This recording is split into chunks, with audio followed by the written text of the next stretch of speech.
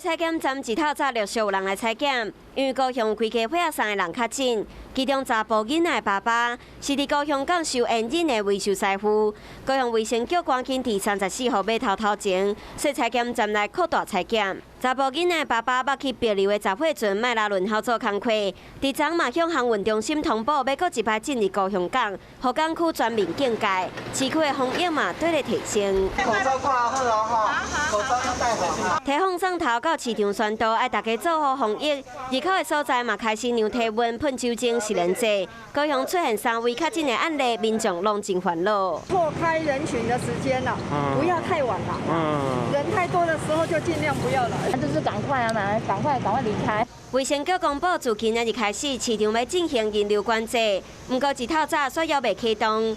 除了这以外，来看另外一个丰隆市场，虽然入口的所在防疫做甲真好，不过行到市场内底，就会发现卖酒档啊，阁有卖菜民众喙暗拢无挂好，有的甚至阁无挂喙暗。对防疫是真放松，就惊这个时阵，阁会出现一个防疫破空，互病毒阁掠到机会，害疫情阁摊开。